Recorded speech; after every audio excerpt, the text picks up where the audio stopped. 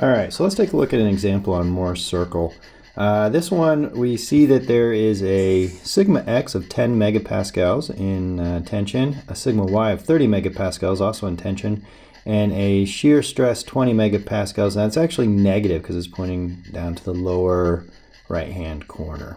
So negative shear stress of 20 megapascals. First thing I would do is start by finding out where the center of my circle is going to be, or our sigma average. And we said the sigma average is our sigma x plus sigma y divided by 2, or 10 plus 30 over 2, which is 20 megapascals. And the other thing I'd want to know is the radius. And I would typically do both those before actually drawing the circle so I get an idea of how to draw it. And we said this was sigma x minus sigma y over 2. Now the order doesn't really matter because we're squaring that term. Plus our tau xy 20. We're going to square that as well.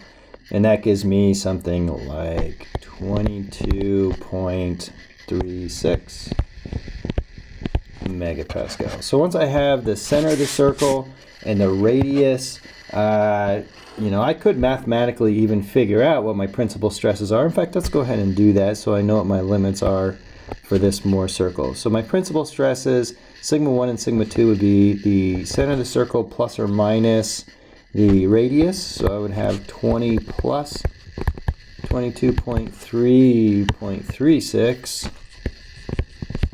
giving me, what is that, 42.36 megapascals. And my other principal stress would be 20 minus 22.36, which gives me negative 2.36 megapascals.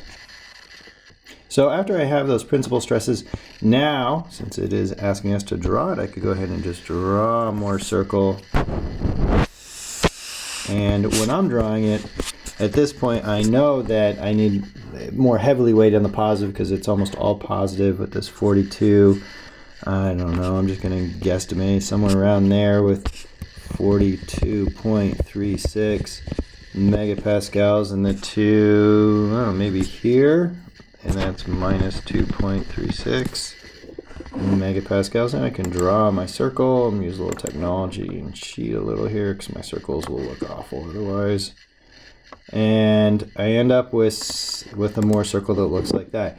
Now, if I were to put my original points on there, then I know that I would map out my sigma x, which would be like 10, and sigma y, which is negative 20. So I would actually have a point that is like maybe here.